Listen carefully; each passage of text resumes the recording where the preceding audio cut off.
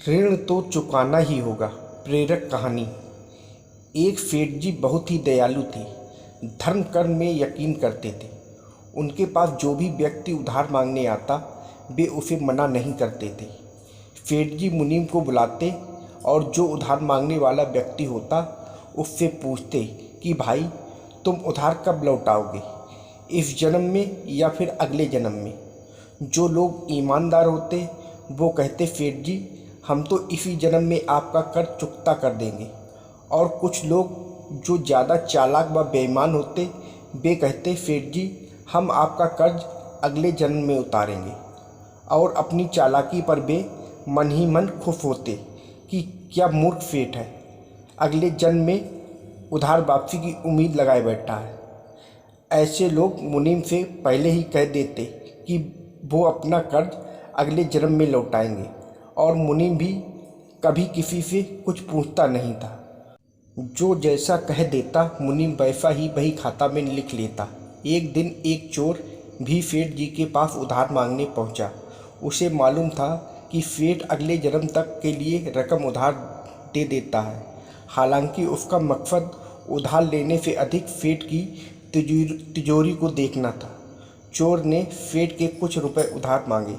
सेठ ने मुनीम को बुलाकर उधार देने को कहा। मुनीम ने चोर से पूछा, भाई इस जन्म में लौटाओगे या अगले जन्म में? चोर ने कहा, मुनीम जी मैं यह रकम अगले जन्म में लौटाऊंगा। मुनीम ने तिजोरी खोलकर पैसे उसे दे दिए। चोर ने भी तिजोरी देख ली और तय कर लिया कि इस मूर्ख सेठ की तिजोरी आज रात में उड़ा दूंगा। वो रात में ही सेठ के घर पहुंच गया और वहीं भैंसों के तबेले में छिपकर सेठ के सोने का इंतजार करने लगा।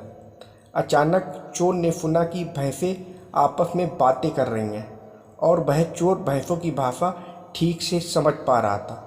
एक भैंस ने दूसरी से पूछा, तुम तो आज ही आई हो ना बहन? उस भैंस ने जवाब दिया, हाँ आज ही सेठ के तबेले में आई हूँ। सेठ जी का पिछले जन्म का कर्ज उतारना है। और तुम कब से यहाँ हो? उस भैंस ने पलटकर पूछा। तो पहले वाली भैंस ने बताया, मुझे तो 3 साल हो गए बहन। मैंने सेठ जी से कर्ज लिया था, यह कहकर कि अगले जन्म में लौटाऊंगी। सेठ से उधार लेने के बाद जब मेरी मृत्यु हो गई तो मैं भैंस बन गई और सेठ के तबेले में चली आई। अब दूध देकर उसका कर्ज उतार रही हूँ। जब तक कर्ज की रकम पूरी नहीं हो जाती तब तक यहीं रहना होगा। चोर ने जब उन भैंसों की बातें सुनी तो होश उड़ गए और वहाँ बंधी भैंसों की ओर देखने लगा। वो समझ गया कि उधार चुकाना ही पड़ता है, चाहे इस जन्म में या फिर अगले जन्म में, उसे चुकाना ही होगा। वह उल्टे पांव सेठ के घर की ओर भागा और जो कर्ज उसने लिया था उसे फटाफट मुनीम को लौटाकर रजिस्टर से अपना नाम कटवा लिया।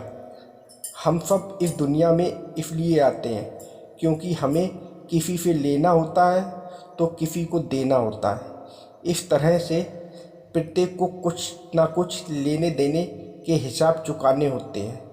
इस कर्ज का हिसाब चुकता करने के लिए इस दुनिया में कोई बेटा बनकर आता है तो कोई बेटी बनकर आती है, कोई पिता बनकर आता है तो कोई माँ बनकर आती है, कोई पति बनकर आता है तो कोई पत्नी बनकर आती है, कोई प्रेमी बनकर आता है तो कोई प्रेमिका बनकर आती है, कोई मित्र बनकर आता है तो कोई शत्रु बनकर आता है, कोई पड़ोसी बनकर आता है तो कोई रिश्तेदार बनकर आता है।